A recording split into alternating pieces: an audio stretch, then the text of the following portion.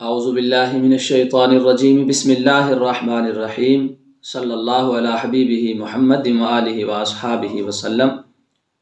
حضور خاتم النبیین صلی اللہ تعالیٰ علیہ وآلہ واصحابہ وسلم کے پیارے دیوانوں، آج رزق حلال کے اندر خیر و برکت کرنے والا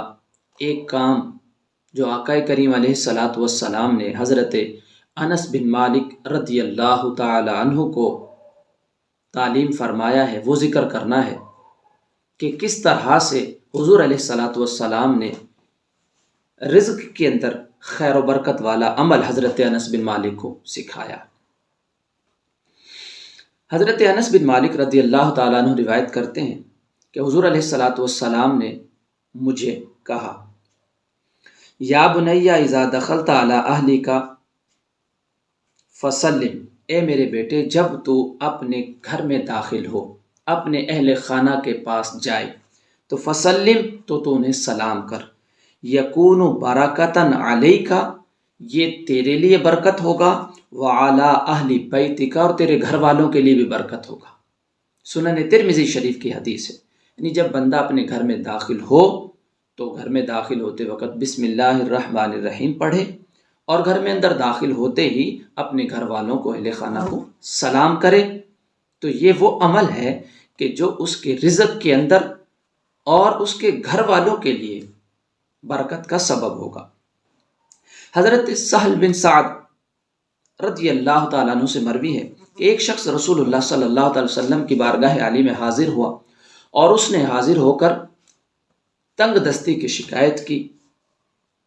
اپنے فقر کے سلسلے میں حضور پیارے کریم آقا صلی اللہ علیہ وسلم کی بارگاہ میں فریاد کی۔ تو حضور سرور کائنات صلی اللہ علیہ وسلم نے ارشاد فرمایا، اذا دخلت بیتک فسلم ان کان فیہ احد، کہ جب تو اپنے گھر میں داخل ہو تو سلام کر، ان کان فیہ احد، اگرچہ وہاں پر کوئی ایک ہی بندہ ہو، وَإِن لَّمْ يَكُنْ فِيهِ أَحَدٌ، اور اگر وہاں پر کوئی موجود نہ ہو تو فَسَلِّمْ عَلَى نَفْسِكَ، تو خود کو سلام کرو، وَقْرَأْ قُلْ هُوَ اللَّهُ أَحَدٌ مَرَّةً وَاحِدَةً، اور پھر سورۃ اخلاص پوری ایک مرتبہ تلاوت کرو۔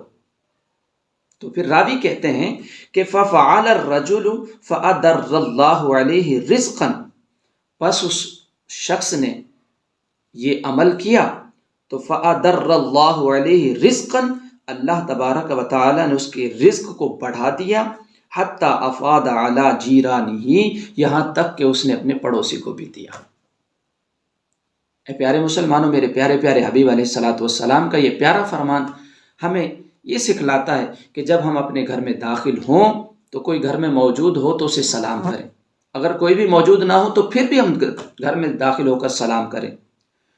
اور کوئی موجود نہ ہو تو یہ بھی بہتر ہے کہ بندہ حضور صلی اللہ علیہ وسلم کی ذات پر درود بھیجے، درود پڑھے، اور پھر ایک مرتبہ سورۃ اخلاص کی تلاوت کرے۔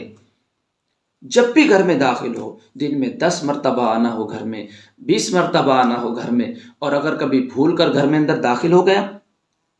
تو پھر واپس نکل جائے، اس عمل کے کرنے کے لیے، خیر و برکت حاصل کرنے کے لیے، پھر دوبارہ اس طریقے سے داخل ہو کہ اندر داخل ہوتے ہی سلام کریں۔ ایک شخص کے سامنے جب حضور علیہ الصلاۃ والسلام کا یہ پیارا فرمان ذکر کیا گیا تو ایک صاحب نے اس کو سنا اور اس نے اس حدیث کو یاد کیا۔ وہ جب اپنے گھر پہ گیا تو اپنے گھر میں داخل ہوا، گھر میں داخل ہوتے ہی اس نے تھوڑی سی آواز سے کہا، السلام علیکم ورحمۃ اللہ۔ جب دروازے میں داخل ہوا تو سامنے اس کی بیوی کھڑی تھی، اور اس کی بیوی نے اس کے سلام کا جواب دیا۔ تو اس شخص کا کہنا یہ تھا کہ حضور علیہ الصلاۃ والسلام کے فرامین کے اندر کتنی برکت ہے کہ میری بیوی سے کئی مہینوں سے میری ناراضگی چل رہی تھی، جھگڑا چل رہا تھا، لیکن جب میں نے حضور کا یہ پیارا فرمان سنا اور اس پر عمل کیا، گھر میں اسی طریقے سے داخل ہوا، تو پیارے حبیب کے فرمان کی برکت سے ہم میاں بیوی کے اندر جو جھگڑا تھا پہلے ہی دن وہ ختم ہو گیا۔ تو پیارے مسلمانوں، یقیناً ہماری دنیا کی نجات، ہماری آخرت کی نجات، ہماری دنیا کی کامیابی، ہماری آخرت کی کامیابی صرف اور صرف پیارے پیارے سونے لجپال حبیب کی اتباع میں ہے، پیارے پیارے آقا کے پیارے پیارے طریقوں کو اختیار کرنے میں ہے۔ اللہ تبارک و تعالی ہمیں پیارے حبیب کی سچی غلامی عطا فرمائے اور سونے آقا کی غلامی میں، اتباع میں، محبت میں اپنی زندگیاں گزارنے کی ہمیں سعادت عطا فرمائے۔ اور جیسے ہمیں اپنی دنیا کی فکر ہے، اللہ تبارک و تعالی ہمیں اس سے بھی زیادہ اپنی آخرت کی فکر عطا فرمائے، کیونکہ یہ دنیا تو اللہ تبارک و تعالی نے ہمیں